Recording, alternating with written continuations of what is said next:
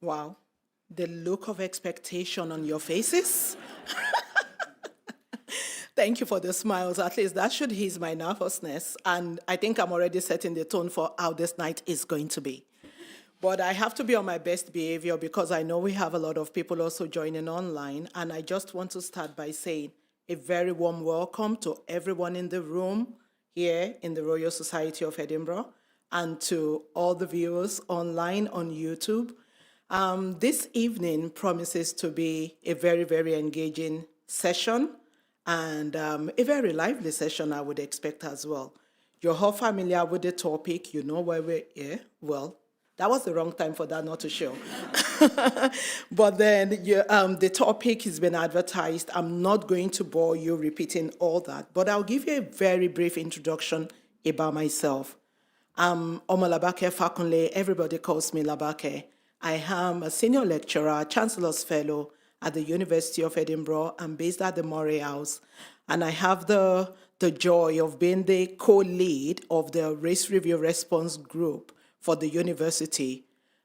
You don't have to say it, you've all read the news. Yes, the Guardian were not shy about publishing the race review from the University of Edinburgh, and we're looking into that. So it gives me great pleasure, actually, to be invited to chair this particular event that that we're going to be talking a lot of Ash's work, and then we're going to be taking Q&A at the end of the session.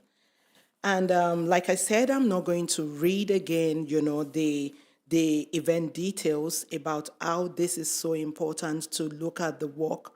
Maybe we could call it provenance work, but definitely a piece of research that's been ongoing, and to talk about what has happened, what is happening, and hopefully to look into the future on what we can do to talk more about this, this topic. But of course, we cannot do that without doing a little bit of housekeeping first, which I have to read so that I don't give you the wrong exit routes. The fire exit routes are on the current slide. But please follow courier staff instructions in the case of an evacuation not planned. We are not expecting an alarm, but courier staff will be on hand to help and guide you if there is a fire alarm, and if it does go off. Could you wave your hands, couriers? Yes. So they would lead us in the case of an evacuation, but it is not planned.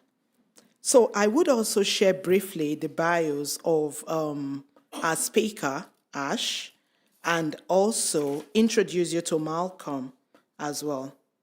Ash Shelton is no longer a PhD student because she submitted her thesis a few weeks ago, and now she's waiting to do her Viva, so congratulations on the submission, and at the University of Edinburgh, and she does work on museums, heritage collection. She has a lot of experience. I would leave Ash to talk a bit more about herself because she might want to share more about what led her into this research and why she is doing this. And later on, for the Q&A, we're going to have Malcolm McCallum, who is looking very, very eager to go. And he is the anatomical museum curator for the University of Edinburgh. Malcolm is a researcher as well at the university's anatomical museum and has worked in the heritage sector since 1996. He manages the curatorial team at the museum and the ongoing inventory project, carrying out research on the collections and curating the displays in the museum, working with colleagues in anatomy as well as in the heritage collections. Malcolm has been leading on recent repatriations of human remains from the Anatomical Museum. So after Ash delivers our talk, which will last for around 30, 40 minutes, then I will invite Malcolm to join us on the stage to take on your questions. So I think the last bit I need to do here is to say that you're in for a very fantastic event. I have to read it as it's been told me, but I believe it. And you would have the chance to ask questions of our speakers, but we won't be taking any questions while Ash is speaking. So I would ask you to keep your questions, write them down and indicate. And for the people online, we would have the curious team who will take the questions. So if I see your hand up, I will call you, and we'll try to have a mix of people online and people in the room as well. And I think without further ado, I would invite Ash to give her talk. Thank you, Ash.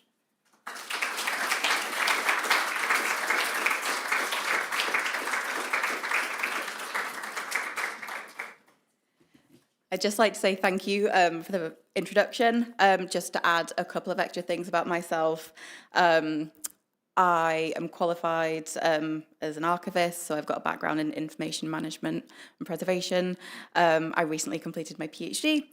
Well, not quite completed, I've submitted it, I'm awaiting the viva. And my topic was looking at legacies of race and slavery in the early Encyclopedia Britannica using text mining approaches. So essentially looking at very, very large volumes of data and see how we can approach these. So that's kind of my background, and that's what led me into this research position.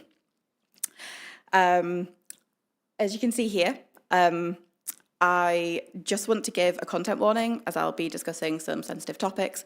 So human remains, death, violence and bodily harm are all going to be topics that will be mentioned. And there are also some references to historic words, phrases and language that are considered harmful. So it's just to give everyone warning that will be involved in the talk, which I think everyone could probably have expected from the topic. So this talk has emerged from a part-time research project, research and cataloguing project with the Anatomical Museum, which I undertook earlier this year. I'll only be speaking to a very small portion of the research, so it's just to let you all know that what I'm presenting on this evening, there is a lot more behind this, and I'm happy to take further questions. And also, this talk and my research are not affiliated with the University Race Review that was published earlier this year, although it's obviously very timely research to come out at the same time. And the findings and any of my views that are expressed do not represent the university or the Anatomical Museum. Clicker would be helpful. So, the catalogue in Microsoft Excel that I was given to work with at the start of the project contained the names of donors to the collection, places associated with skulls and dates that they were given to the university, as well as acquisition notes. The catalogue was made up of a combination of information that was transferred from historic catalogues, so things that had been written hundreds of years ago, essentially copied out, so we had records of the original information that was recorded. This meant it was outdated and mostly used details from the earlier 19th and 20th century records. As a result, the information that was communicated was inconsistently written and often reflects the very limited information that contributes to obscuring the colonial associations and legacies that the collection has. So this documentation also often describes how skulls were presented, collected, or found by people in the collections, but this really glosses over the fact that many of these ancestral remains were stolen, coercively taken without consent from African communities who were often exploited and subject to colonial control. So with this slide, I just want to give an acknowledgement of this. Generally, I will be referring to items that have been acquired by the museum. This is sort of acknowledged with quotation marks. This is the language that's been used historically, and where possible, I will try and highlight the circumstances that individual skulls were actually removed from Africa. So some of the terms listed on the screen, which are from the Chew Inclusive Terminology Glossary, acquired, attained, discovered, found, obtained, gifted, appear later in this talk in various forms and have served to hide harmful collections' legacies. So that brings us on to the Anatomical Museum. So the Anatomical Museum, as currently is, was opened in 1884 under Sir William Turner, and this followed the building of the dedicated medical school in 1880. While this was when the museum as is opened, the collection started much earlier with the dynasty of Monroe professors of anatomy in the late 18th century, and this continued to grow. A collection was donated by Professor Alexander Monroe Secundus, who gave his collection and the collection of his father to the department, which included the African skull collections. Although there was a well-established anatomical collection for teaching prior to 1884, after the museum opened, it continued to expand its collection with human and animal bones, as well as casts, masks, drawings, books, and other objects. So 300 years of collecting has led to the ownership of overall around 12,000 items of all different types in the Anatomical Museum today. The current Anatomical Museum has been used as a site of teaching and learning since it opened in 1884, and these photos just give you a little sense of what it's looked like over time. When it first opened, it spanned across 3 floors. Before this was reduced to 1 floor in the 1950s, which you can see a little portion of in the middle image. And the museum currently supports student teaching, and it's only open to the public via appointment on certain days. Although the museum's collections are large, my research has focused specifically on the skulls brought from Africa to Edinburgh. Part of the collection came from the Edinburgh Phrenological Society. For anyone that isn't aware, phrenology was the study of the size and shape of the human skull, with the belief that the size and shape corresponded to specific characteristics, mental capacities, and traits of an individual. So this was linked inherently with racialized science, pseudoscience, it was later acknowledged to be. Phrenology had a large base in Edinburgh in the early 19th century, and eventually the specimens from the society were incorporated into the Anatomical Museum's collections. However, this collection is filled with gaps in our historical record. There's lots of missing information, and the historic records that play down the colonial influences on the collections are very evident in this research. The skulls are currently housed in a dedicated skull room and are not on display in the museum at present.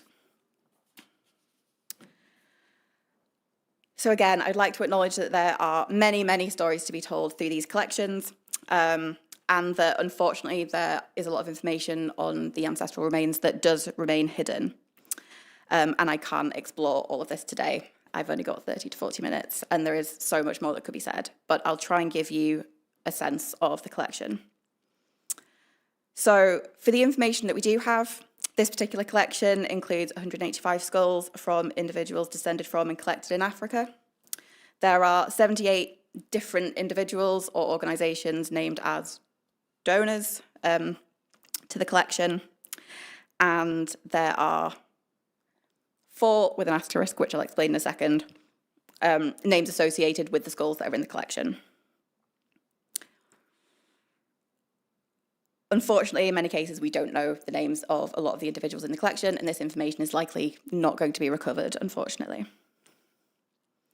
2 of the skulls that do have names attached to them were donated by a Captain Felix via the Reverend Edward Craig, and were speculated to be the skulls of Ramses II and his wife, though this was widely disputed at the time, and they're now considered to have been falsely attributed to these individuals, hence the asterisk here. We have more information on an individual named Matrush, who died in South Africa. And finally, there is also a record that indicates that the museum has possession of the skull of Chief Mwenda Masiri, although there are some uncertainties around this individual, and I'll go into that with some of these case studies. So in this next section, I'm going to talk about Matrush, Chief Masiri, as well as the other unnamed individuals in the collection, and how the information is presented in the catalogue and how this feeds into how we can approach this type of research. So I really wanted to highlight the language used in these catalogues and why it's important to both have this recorded as it was historically presented, but also acknowledge why we need to look at these histories, readdress the collections, and make sure that these really problematic colonial legacies are being communicated properly and documented with respect.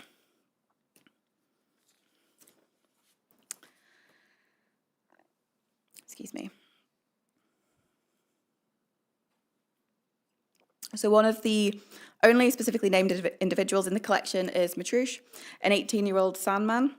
He reportedly died in South Africa, and his skull was presented to a Mr. Justice Burton by Major Rogers. Rogers was described as a guardian of slaves. We only have this level of information about Matrush because an 1830s Phrenological Journal article outlines a quote-unquote confession that Matrush supposedly gave before he died.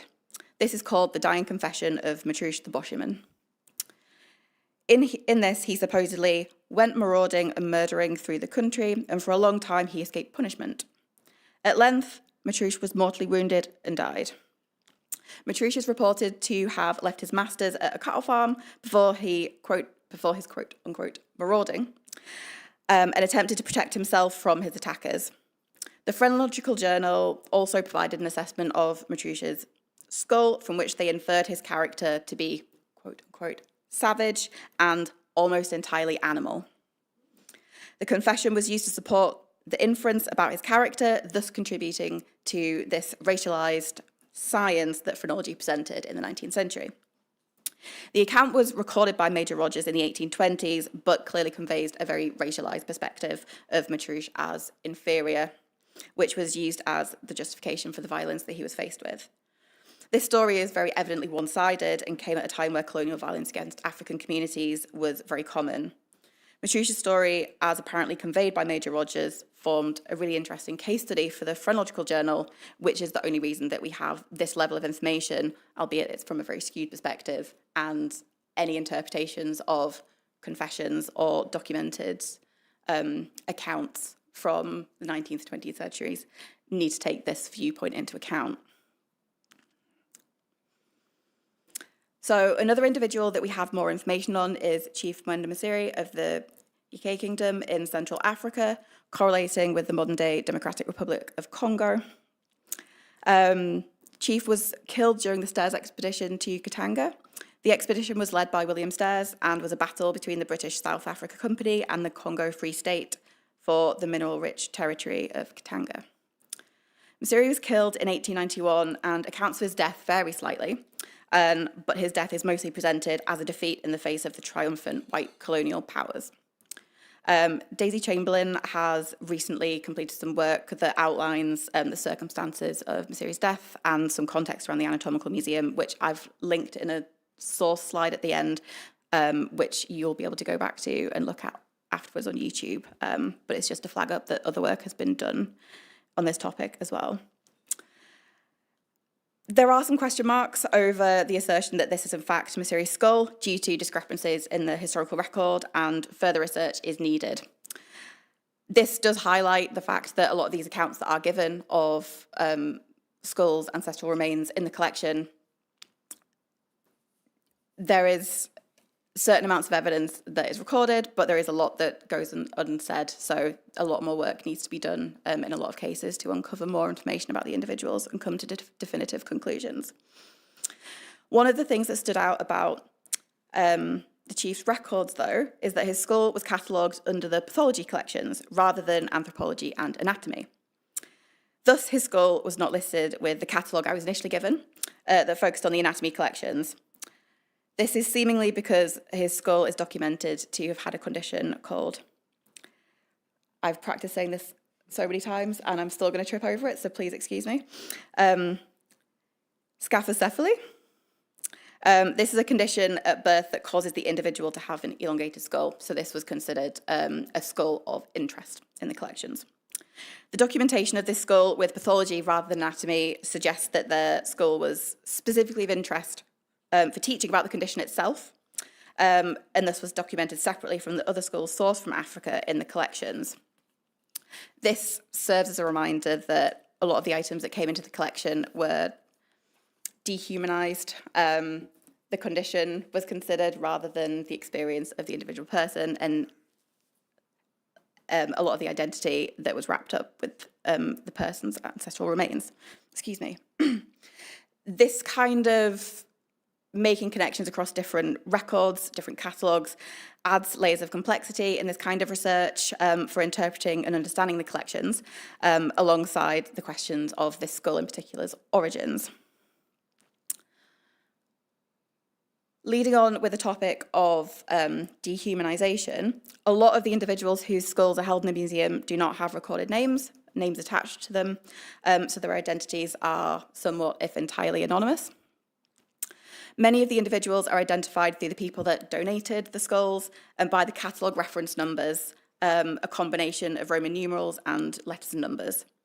These are museum standard historic identifiers, but inevitably dehumanise the individuals held in the collection by reducing them to numbered objects, which I think further serves as a distancing. Historically was used as a distancing method, and I think it's something that continues with collections today. I think in a lot of ways it was easier to dehumanise and reduce individuals to not consider the violence and oppression that many of them faced. In the case of the individuals identified here, so 26D 1, 3, 5, and 7 to 10, these were given to the university by the Reverend Alexander Robb, who was a missionary with the Presbyterian Church. These skulls came from Old Calabar, which corresponds with present-day Nigeria. This was a major site of the slave trade and historically home to the Efik peoples. These remains came to the university in 1868 and are openly acknowledged as being taken from grave sites, meaning that they were stolen. An 1869 article in the Journal of Anatomy written by John Alexander Smith and Professor Turner, who oversaw the Anatomical Museum later, outlines the circumstances of the skulls being found. Quote, Dr. Robb informs us that the crania of the people of Old Calabar are difficult to obtain as the dead are carefully buried, and the exact site of their graves is usually kept secret. The skulls which he procured for us were picked up as opportunity offered from skeletons found lying in the forest. The fact that Smith and Turner deem it necessary to state how hard it was to acquire these remains of people, and the secrecy in guarding burial sites suggests that African communities were proactively trying to prevent graves being looted by European colonisers and taking skulls as trophies, and grave looting is heavily documented across the 19th period, especially. The report then goes on to state that the skulls found by Robb were those of slaves left in the woods to decay, and that they would otherwise have been eaten by animals. Assuming that this account was true, the individuals the skulls belonged to had already faced hardship and oppression as enslaved people, and whether they were murdered or died of illness or other causes is unclear.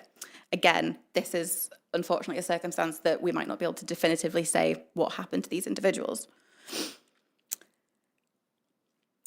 The finding of the skulls is presented very positively here by Smith and Turner, and this acquisition predates the expansion of the Anatomical Museum, showing that Turner was developing the collections even before the new museum opened in 1884.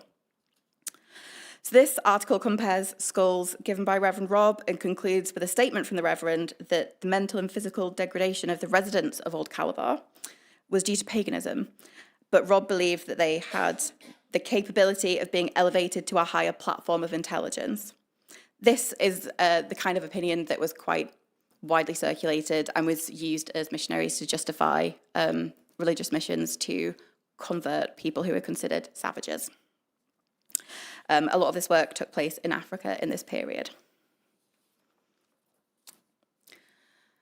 So these three are just some small case studies that give a little bit more of an insight into some of the people in the collections, but also how they were documented in the collections and where the information came from. As you can see, the Phrenological Journal and the Journal of Anatomy give a very specific perspective, an assessment of the skulls and the perceived mental faculties of the individuals. But this leads on to some broader questions and something that I really want to dig into a little more detail with. How did the skulls come to Edinburgh? So religious missions, obviously one that I've listed here, and intervention from doctors and medical professionals. But all the skulls were brought through quite different routes, but we do start to see some patterns. This collection took place by explorers and naturalists, so human remains were not the object of a lot of the discoveries, but were picked up as collectors' items through different expeditions. One example is the Challenger expedition. Excuse me. Colonial administrators in Africa also gave items to the collection, and grave robbing and wars also contributed a lot of individuals to the collections. Perhaps most surprisingly, though, was the presence of medical students as people that donated to the collections. This hasn't been investigated at great length, but it's something that was a recurring theme in this research and that I really wanted to pick up on as an example of really proactive colonial collecting. So Turner's new anatomical museum clearly created more of a desire to increase the number of objects in the museum. The Edinburgh University calendar served as an advertisement of facilities of the university alongside other essential information for students, including, in the early days, exam papers, list of graduates, key staff members to contact. This information that I've got on the slide here is information on the anatomical museum that was given in the 1884 to 85 university calendar in the section about the anatomical museum. This reads, "The conservator will be glad to receive contributions of rare and interesting specimens from graduates and former students of the university. He is especially desirous of making the collection thoroughly representative of the osteology, skeletons, of the different races of men, and requests the gift of skulls and other bones of the skeleton from present and former pupils." This shows that students and former students were directly being petitioned and targeted and asked to expand the collection, particularly the skull collections. This was therefore very indicative of proactive colonial collecting led by university staff that was continued by students, and this is something that we actually see happening before the Anatomical Museum was opened in 1884 and that continues afterwards. If we recall Reverend Robb's earlier acknowledgement that communities were protective of their grave sites, meaning skulls and bones were difficult to acquire that would be of interest from different communities, Turner was clearly trying to appeal to any opportunity to increase the museum's skull collection through student networks. So, how did I track down the students that contributed to the collections? Some were listed as medical students, thus making the connection clear. For example, the top two names, Watson and Fourier, at the top of the screen there, they had med student listed next to their names. This was a very clear indication. Watson, I identified as Charles Henry James Watson, who donated items to the collection in 1897. He graduated in 1899 with a Bachelor of Medicine. Watson was from South Africa, and the skull that he presented was found in South Africa, described to be found on the banks of the Orange River in a native burying place. Again, we're seeing connections of individuals with South Africa that were then essentially stealing bodies, skeletons from grave sites. Fourier donated an item in 1898, but graduated in 1904, which I thought seemed like quite a jump in studies. And I actually found out that he graduated with a Bachelor of Medicine in 1904, but had an interruption of studies, during which, in 1899, he returned to South Africa to treat Boer War soldiers. The description of the individual that he donated is found with bones. Not an awful lot of extra information. Other individuals in the collection, I identified through looking at the titles that were used: Mr. William Fligg and J.C.H. Beaumont, Esquire. These indicated that the individuals didn't have an MD or a further title that would let them be referred to as doctor, and suggested that they might be students. This was the case with some of the names, but not all of them. For Mr. William Fligg, we don't have a date of when the donation was given, but we know it was under Sir William Turner. Fligg graduated in 1879 with a Bachelor of Medicine and Masters in Surgery, and the skull that he donated was found to be of a 15 to 17-year-old member of a tribe in Bulawayo, South Africa.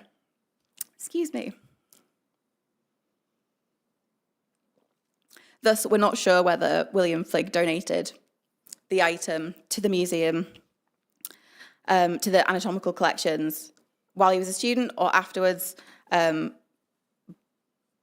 and this is something that has been difficult to figure out. With this information, it's not to say that further information might be uncovered down the line. This research project that I did was a short-term research project, so I'm hoping that at least by uncovering some information about the individuals held in the collection and the people who donated the skulls to the collection, this might create a further base for people doing more research in future. There are other individuals that I realised had been students and had since graduated. So Dr. Harvey Littlejohn donated a skull in 1901. Littlejohn was an academic, a forensic scientist and medical officer of health. He had associations with the University of Edinburgh later on and graduated in 1886. Excuse me. While I'm here, I will also mention that he was a Fellow of the Royal Society of Edinburgh and was made so in 1890 upon William Turner's suggestion.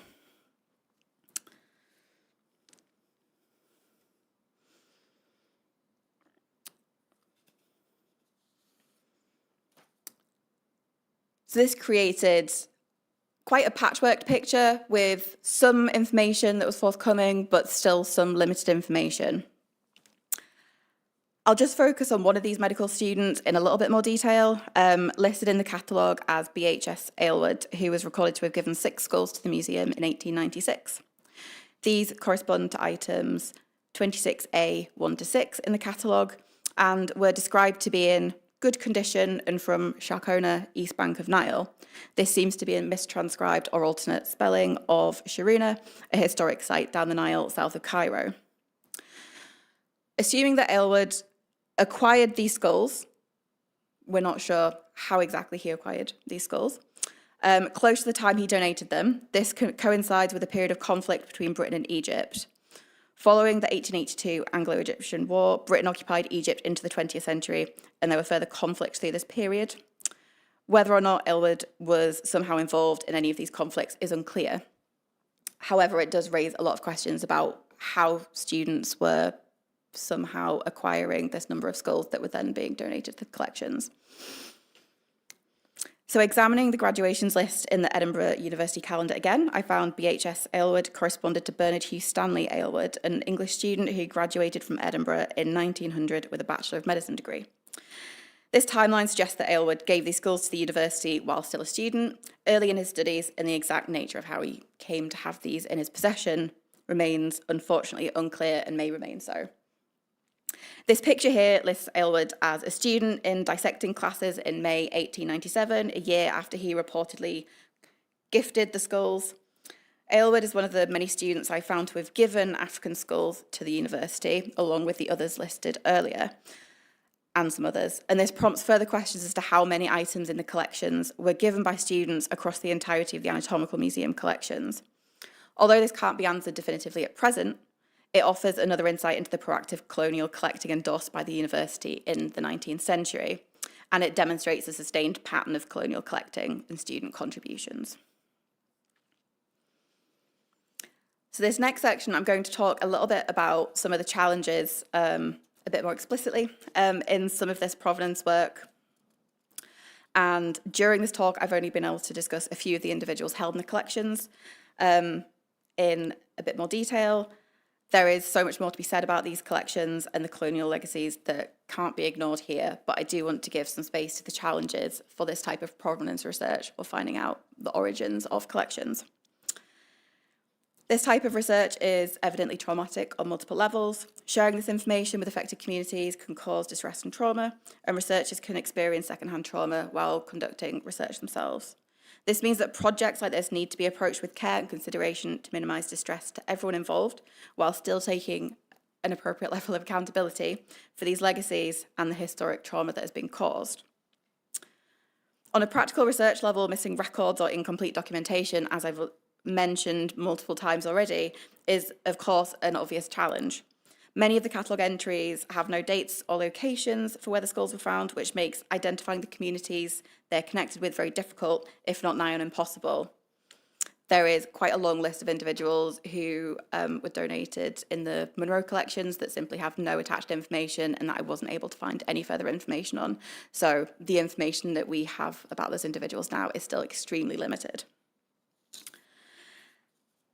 In many cases, more information can be found about the donors for the collections, but even some of these are limited in some cases. For example, if you have a record that was recorded as Mr. Smith donated an item, Mr. Smith is quite tricky to track down without further information, and this led to lots of cases of potentially being able to identify people but not being able to make a definitive connection. So even though the donor to the collections can provide more insights, sometimes this also creates a bit of a block in the research.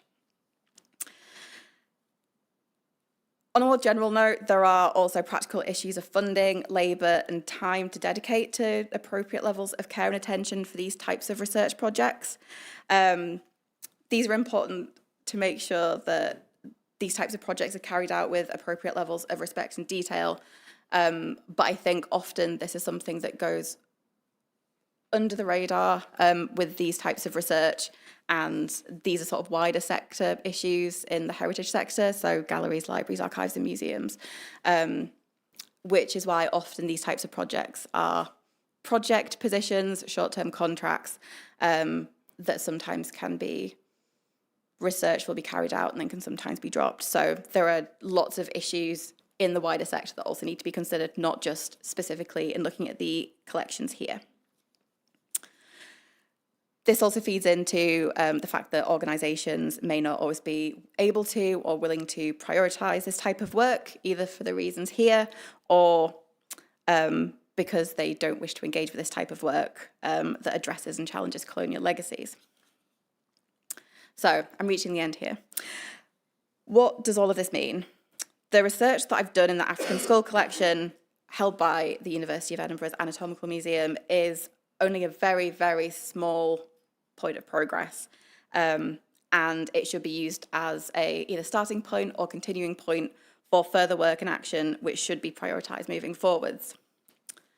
This research has improved our understanding of collections and colonial legacies. The cataloguing work has helped to standardise information, make sure that information is presented clearly, presented in a way that can be looked at, but maintains the original acquisition notes, which means that we are still able to see how items were collected and documented historically, which is also very important. Where these kinds of records are removed entirely, this creates further gaps in records, and it can be then difficult to find and establish exactly how collections were viewed at the time that they were created. Of course, a lot of the information here has been lost to time through lack of documentation and the erasure of information, which was sometimes purposeful. So there are always going to be gaps and inconsistencies, unfortunately, with this kind of research. Where we do have more information, including about the people who brought the skulls to the university, we can begin to understand and address these historic colonial legacies that have shaped the university collections into what they are today. This work is also contributing to some larger national projects to understand the extent of the ancestral remains that are held by Scottish institutions and enable us as a whole to better understand how these collections should be treated and what actions should be taken by institutions. However, more work needs to be done by heritage institutions generally to understand and appropriately address the harmful colonial legacies that are present in these recorded histories. And this leads on to the potential to repatriate these ancestral remains, that is, to return them to the communities that they belong to. This is not something that I have discussed at length in this talk, partly because this research hopefully has the potential to prompt more conversations around repatriation of these collections. And so far, there has been no documented repatriation of African remains from the Anatomical Museum. So, while this project has gone some way to better understand these collections, there is still a very long way to go in this kind of research, both with the Anatomical Museum and further afield. The catalogues are not publicly available and thus create a barrier between the records themselves and the outside world.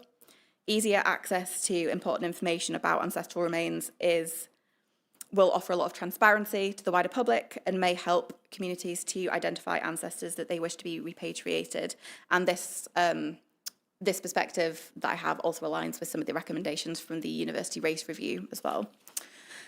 This research also signals the need for larger scale research across the skull collections and anatomical records as a whole, at the University of Edinburgh that might identify more connections across the collection, such as the prevalence of student donors and other connections across the materials.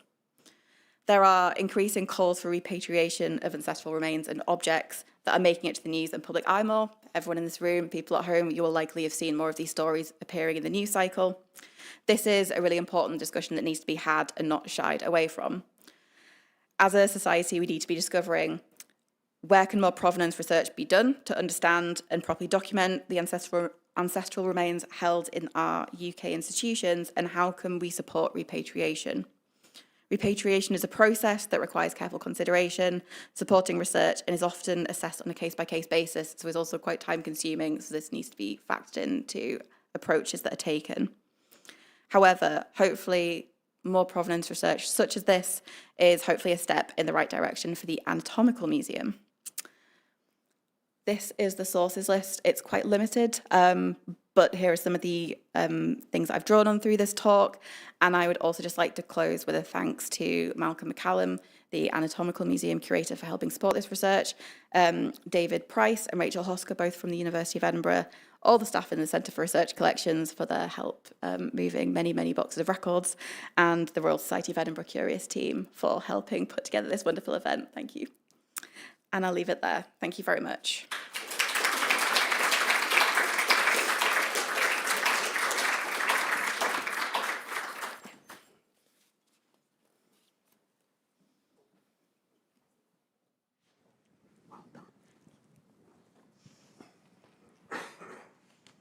Okay, so you've had it all, or some?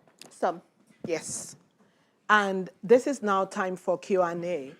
Malcolm, would you like to first just briefly introduce yourself again? Sure. So I'm Malcolm. I'm the curator of the Anatomical Museum. Quite oftenly, we are confused with Surgeons' Hall Museum, but we're not. We're part of the anatomy department at the medical school at the university. My role has been to oversee a lot of the repatriation work that's been done recently to Japan, to Canada, to Taiwan, Sri Lanka, various other places. A lot of the repatriation work is done, all of it is done confidentially, so we don't shout about what we're doing. But what we've also not been very good at, and historically, is telling people what we've done and the processes and policies that we work under at the university.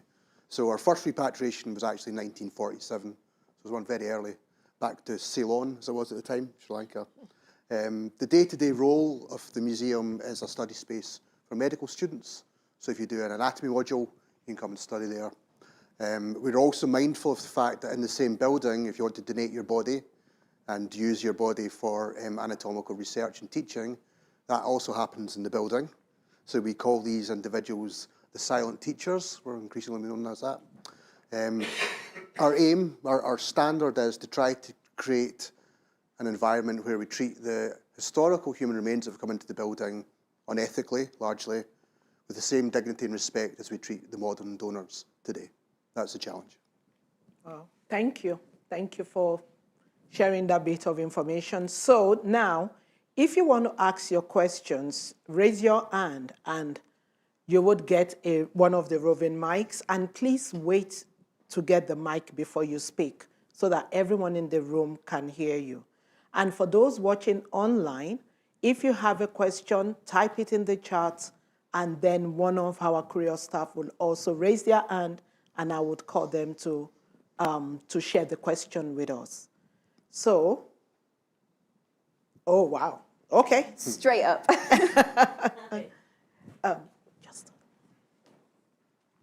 Hello. I was very interested that the Anatomical Museum has already quite a lot of experience of repatriating human remains. And I wondered how the more recent requests have come about and whether you've had any requests from Africa for the skulls that were being discussed this evening. Just to interrupt, I am not answering the question. But if you choose, you may wish to introduce yourself and your organization as well, if you would like to, okay? No pressure. The African skulls, we have had quite a few conversations with various individuals. and some governments as well. We're keeping that confidential. What we have done, apart from one example recently, is we are reactive. There's only myself and one other colleague. So we kind of wait until there's a repatriation request that comes in to the university. That's all.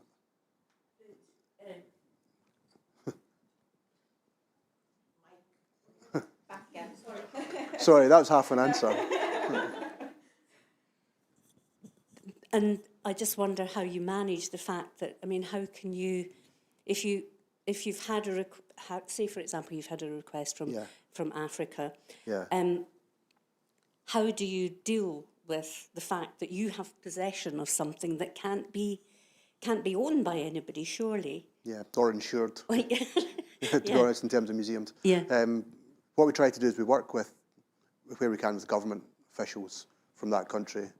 And it's a long period of negotiation and conversation. And the delay isn't usually the university side. It's usually people try to think what they want to do with their ancestors. Some people definitely don't want me to talk about this. Other people like to use it to promote a cause or to help their country's, identity, I suppose. Maybe an example more recently would be we repatriated to Taiwan. The British government does not recognise Taiwan as a country, so we were working with the Chinese government, and it was all getting very political, complicated. So we just don't know. We find every single repatriation is different, and the African repatriation, potential repatriations, will be no different than that. We just have to take on a case-by-case basis when it comes in. Yes, please. Thank you. Jamie Davis from the University of Edinburgh Anatomy section.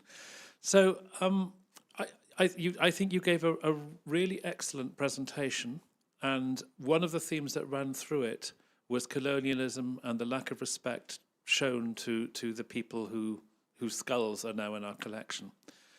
I just wondered, as somebody with a grasp of history, whether you'd see in that era a significant difference between the respect shown there and the respect shown to skulls from workhouses or from other British sources, or whether generally anatomical material was treated with very little respect wherever it came from. I'm not setting, I genuinely don't know the answer I'm asking. So I can probably give a reasonably limited answer. The anatomical collections do include items that represent people that were considered to have mental illnesses that were of interest. So when I was doing this research, I was also seeing records for other individuals. I think generally it's a recurring pattern. I think there is perhaps more emphasis on the pseudoscience related to phrenology and the sort of justification for how people from different races, aside from what was perceived as the white superior race, how people were treated. I think that's very firmly cemented, but I think there is generally, as far as the research, the documentation that I've seen, there does seem to be an element of dehumanization to individuals that came from workhouses as well. And people were very much reduced to illnesses or conditions that were considered interesting. So I think there's definitely an element of that, but I think it's definitely explicitly seen with some of the collections from people around the world that are in the anatomical collections. But Malcolm might be able to speak a bit more to some of the other collections that are present. I think the phrenology thing is quite interesting because the Edinburgh Phrenological Society was established in 1820, kind of went in decline. It was debunked, throughout the 19th century. But then in 1885, I think it was, there were still remnants of this collection, which then transferred to the anatomy department. So the anatomists weren't teaching phrenology in 1885, but they got these, well, you might have seen 350 or so life and death masks from the phrenology collection. If you go to the portrait gallery, there's about 20 on display on loan from us. But crucially, as part of this, there was also 400 human skulls that came from the phrenology department. So these weren't skulls to look at anthropology or anatomy. These were skulls to try to create this racial pseudoscience or racial hierarchy. These are the ones that cause the most problems for us. The Phrenological Journal was actually quite good for actually getting provenance. much more so that the anatomists weren't as good as writing up where the skulls were coming from than the phrenologists were. So ironically, they've served us better over time. So I think you see that collection, the phrenology collection, is completely complicated items. I think in the 19th century, 1832 onwards, after the Anatomy Act, you're collecting people from all sorts of society because you could. Poorhouses, prisons, asylums. But you still see categorisation of people with microcephaly as idiot number 4 in the catalogue. So there's lots of challenges right through the centuries, I would say, as much as anything else. Yeah. One thing I was just going to add to that also is that the Phrenological Society collections did happen to be some of the most well documented. The Phrenological Journal article that I mentioned, there is such an extensive list of the skull was passed from this person to this person to this person, who then reviewed it and they sent notes along with the skull to this other person. So you have a sort of, because there's such heavy documentation, I think, and interest in where people came from, you do get a lot of detail in these collections that you don't necessarily see in some of the other collections. So it does add a level of detail in the descriptions that are present in the catalogue, but obviously there's still a lot of information missing, specifically often about the individual and sort of humanising elements of them as well.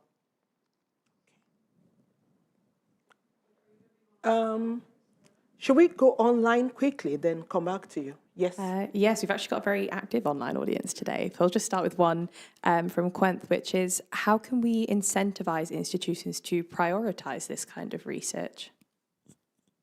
Whew, that's the question, isn't it? I think that is the problem that I think people are trying to solve currently. I'll pass over to Malcolm in a second as well, but I'm just thinking about all of the claims that organisations would be decolonising collections in 2020 following George Floyd's murder, the BLM movement. That specifically sort of really, you saw a lot of statements coming out of universities and sort of short-term projects that sort of fell flat. And I think there wasn't enough momentum to keep things up. Often I think this does come back to the issues that I talked about in terms of funding, time, resources that don't just impact this kind of work, but the heritage sector is chronically underfunded and understaffed, and people are already working at capacity. And I think with what is perceived as additional projects that get added on, it can be quite a tricky terrain to navigate because it's work that needs doing. But I think often there's lots of barriers that come up. But I think we, as a sector, as you know, the UK public in general, we need to be working at ways that we can try and address this more thoroughly, more consistently, and keep up momentum with projects. Malcolm, you probably have a perspective as well. Yeah, I mean, the challenge is the university sector financially is in a bit of chaos at the moment. The funding model is not appropriate for current needs. We really need like 10 ashes to come and look at all the provenance of our collection. There's nearly 2,000 human skulls in the anatomy collection. Ashes looked at 185 over a year or so, which may or may not lead to a repatriation. So we need to think the bigger picture. The university, I think, is starting to be a bit more proactive about reckoning with its own history. This is a university that was centre to the British colonial project. The professor of anatomy, William Turner, used his colonial networks to allow skulls to come back into Edinburgh. So you know, the Scots were integral to the British Empire project, I would say. The university was creating more doctors than there were positions for doctors in the UK, so they were going abroad and working abroad. So Edinburgh is indelibly linked to all of these individuals. So I think a lot of it is about funding. It's about a dedicated researcher provenance position as well. Because, you know, there's only 2 of us in the museum. I'm not idle. We get about 350 research requests a year. I host about over 100 research visits in the academic year. So there's a lot going on. We're not hiding anything in terms of what we've got in the collection, but we also need to be more confident about the details, the granular details about who we've got in the collection. Thank you. I'll come to you first and then go to the back.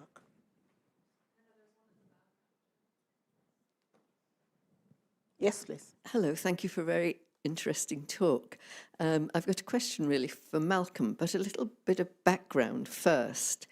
My husband and I are both medical students in the late 60s, early 70s. And in those days, it was standard to buy a half skeleton. You got a skull and a half set of bones. It cost about £25. And when you finished your studies, you sold it on to the next generation of students coming in. So there must be an awful lot of anatomical material out there when you think of the number of medical students that have handled these sort of things, because it wasn't until the late 70s that sufficiently good plastic replicas came in to be used instead. So I don't know where all this anatomical material has disappeared to over the years. But interestingly, a colleague of mine died, and much to his horror, when his widow was going through the junk that he left behind, she discovered his half skeleton was still there. What do you do with these? We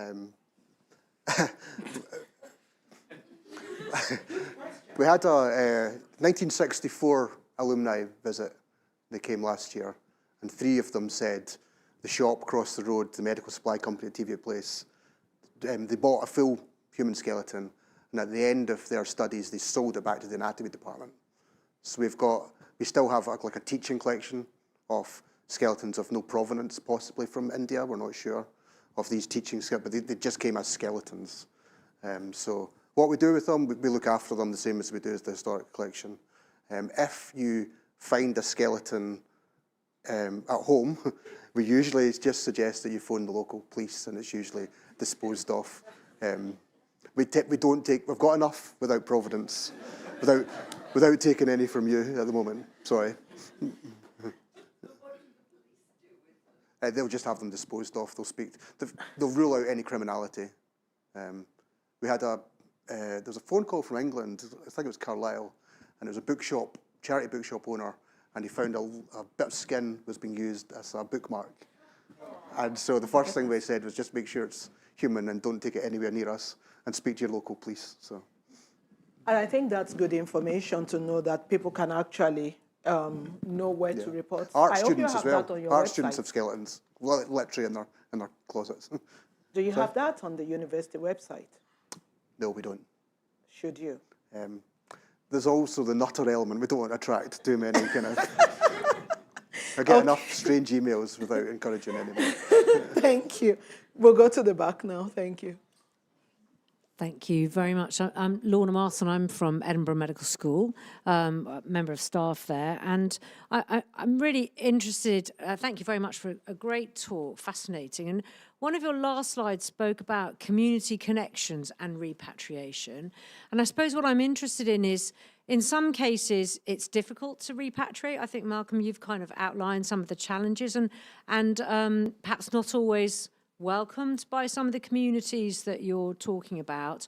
But are there other ways that we can acknowledge what has occurred and support those communities in whatever way we can, do you think? I'm not suggesting that your 2 members of staff within the anatomy department take responsibility for that, but do you think as a university there are other ways that we should be acknowledging the part that was played by the university historically, even if repatriation doesn't seem appropriate? In short, yes. I'm not quite sure how that would play out. One of the issues we're looking at, I think, maybe came out of the race review, is maybe a pot of money where, just to get people to Edinburgh, if they were coming to take back their ancestors, the university does not pay for that. So there's no financial way to allow that to happen at the moment. So I think something like that, if there's a repatriation that's underway to help that, facilitate that, that would quicken things up a bit. In terms of, I think it's a bigger picture about the history of the university, as well as not just the medical school, and not just renaming buildings. I think there's a bigger thing, a bigger conversation to be had, but I am not going to venture where that is right now, sorry. We'll take 2 more questions so that we can keep to time. I would stay in the room for this and then come to you. Anna. Yes. Just hold on for the mic. Middle. Thank you very much. Thank you for a really informative presentation and for this event. I appreciate all 3 of you. I'm lucky to know 2 of you. My name's Zaki. I'm from the Sudanese community in Edinburgh, one of the African communities here on the doorstep, building towards a claim from the African diaspora and on the continent. My question is a more reflection in general, which is that 3 words today have not really come up, apart from very recently from Malcolm: crime, justice, and reparation. And I think that while I'm under no illusion that the Anatomical Museum itself can take all of this on its shoulder, in fact, I'm realizing we have allies within the Anatomical Museum, but 3 years as an African diaspora community pushing for work around repair and repatriation, 3 years with 0 funding from the university, to then be involved in this so-called race review, which is actually called Decolonized Transformations. That's the name of the project. That's what everyone got involved with.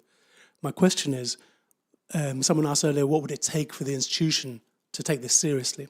And I wonder, as part of how you would treat contemporary donations of people's body parts and try and treat that equally with those that are historic, if we recognize there has been a crime committed, what do you think from a justice, and particularly reparatory justice, what do you think it will take for justice to be done, either both legally and morally? What do you think that will take beyond what's being demanded right now? That's a massive question, Zaki. Massive question. I don't know. I don't know if you've got opinions. I'm the chair. I think, and I know Zaki. I think there's lots of conversations to be had, but I appreciate what you're saying, that it gets to the point we need to action all this talk that we've done. And we do have the race review implementation individual, or one of the group who's going to potentially go forward with the race review. So maybe there'll be something that comes out of this. I almost feel it's too big a question for me to answer, to be honest. And I would add that we had a very interesting conversation before the event started about the complexities that is involved in dealing with all of these issues. And yes, the race review's been done, and we now have the race review response group about the implementation. And one of the key things is to reach out to the communities, work with the communities here, work with the communities abroad, work with the people in Edinburgh and beyond. And yes, we could say that more talk, less action, but it's about how we direct and redirect the talk. And it's about reimagining new ways. And I think I mentioned that to Malcolm. We just have to reimagine new ways of addressing these complicated questions. And yes, 500 years or more of crime, of all of what's happened, is not going to change in a week, and that's terrible. But we have to keep working at it and see where the process leads us, as long as we're committed. I think what will be wrong is if we stop having the conversations. And yes, being put on the spot, you're doing the work, but it's everybody's work. It's all of us working together. And it's about how do we arrive at the place where we would, the principal apologized. So after the apology, what happens? And that's the conversation we're trying to have now. But I do not want to hijack this, and we have to go to that person online. But thank you for your question. Yeah, I can bring, again, we've got a lot, but I can only pick up one here. This is one that says, with an understanding that repatriation can be slow and difficult, given lack of information, particularly around the skulls you're looking at, what other measures are you taking to treat these remains and the records that you have about them with dignity while they are under your care? I would say quite a lot. They're not on public display. They're not subject to any sort of research. They're not photographed, not accessed. We have a Care of Ancestors protocol where we're speaking to communities to say how they would like us to treat their remains while they are in our care. So, for example, some communities don't want any association with plastic or man-made materials. Some of them don't want the remains to be handled by female members of staff. Some of them would like a sacred prayer added to the box that they're in. So there's lots of little things we're doing to try to humanise the individuals in our care.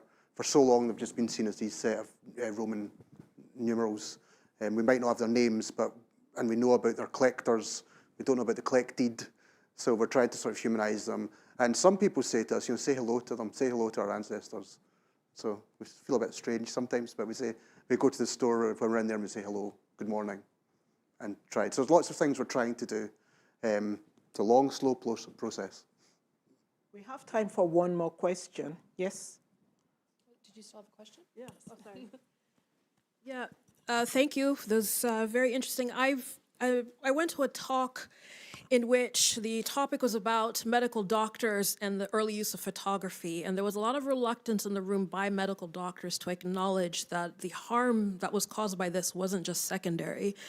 And I also was struck by what you were saying in your discussion, that there's not a lot of research on the medical doctors who are participating in this, and I was wondering if it is because there is a reluctance to look at the harm that they were doing beyond scientific harm, that they were actually engaging in trafficking, in conquest themselves, that they were doing criminal acts.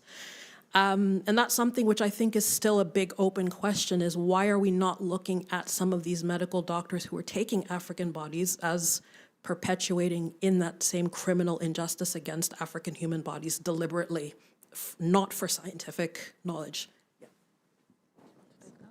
Yeah, I think that's a really good point. I think, so one other aspect of the research, just while you mentioned photography, a lot of the anatomical museum records are in envelopes.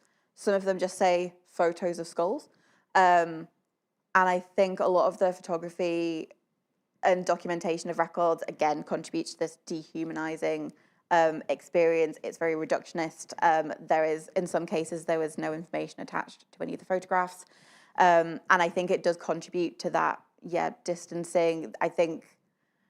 I know that there are discussions, I'm trying to think of the work that I read recently, but there's discussions about how much there is a degree of, separation from medical subjects with medical practitioners and how much this sort of transfers. But I think inevitably with these collections, these historic collections, there are instances where there's being violence perpetuated that is just, I don't think it can't be entirely disconnected. And I think a lot of it is, very traumatic and distressing and was done as a result of colonial violence directly.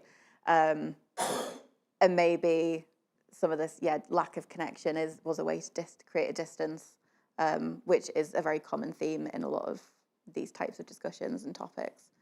Malcolm, I don't know if you wanted to add anything. I think you've covered it. You've been seeing the collections up close. But I think confronted with a lot of the documentation, I think, especially the photographs of skulls, I wasn't able to identify even which of the skulls corresponded in the photographs to the catalogue records. There's a complete disconnect in some of the records, which maybe needs to be further work that's done to sort of more thoroughly catalogue some of the records as well and recognise that these representations of people are present and try and go some way in communicating this information. But it's, some of the research it's quite confronting, opening an envelope that just contains lots of photographs of skulls that are being displayed in a particular way for people to come and look at and, either study or are being displayed.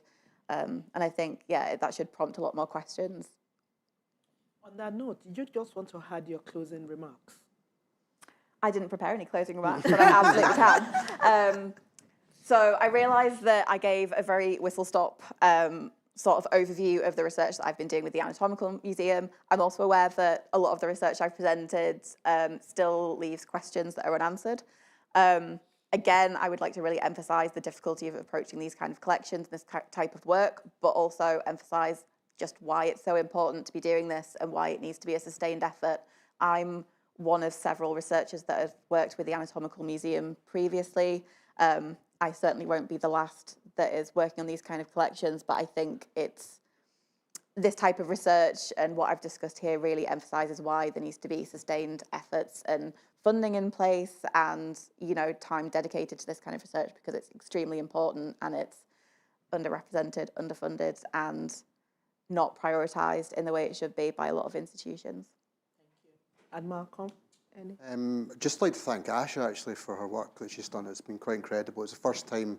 It's not easy looking at this stuff. It's quite traumatic. It's troubling. She's coped with it very well, and what the stuff that she's found will facilitate a much easier repatriation when that happens. And I think it's almost like waving the flag for libraries and archives and archivists and librarians, because we don't use genetic testing, we don't use science to work out who belongs to who. We use the sort of historical evidence in diaries, scribbled away in the margins of notebooks and things like that. So we're in a lot of conversations at the moment with a lot of communities at the University of Edinburgh. There undoubtedly will be many more repatriations in the coming years, probably multiple repatriations a year. The Scottish sector is quite strong, it's quite small, the universities talk to each other, we've all got very similar collections. We can react quicker compared to some of the bigger institutions in London, shall we say, not naming any names. So I think we can, I think the future is looking brighter than it's been for a while. But I appreciate there's so many frustrations. We're not working fast enough, Zaki. I think, don't lose hope, because I think we're heading in the right direction on this sort of stuff. I really do. That's a brilliant note, to end on a gloomy topic. So thank you. And thank you, everyone, for your engagement, with the talk, your questions and all that. I guess people could still hang around a little while for some conversations. And thank you very much again, Ash and Mark. And finally, before you go, Curious is still going on. I think something is supposed to appear on the slide to show you QR code if you want to register for other events. And that's all of the marketing. Enjoy your evening.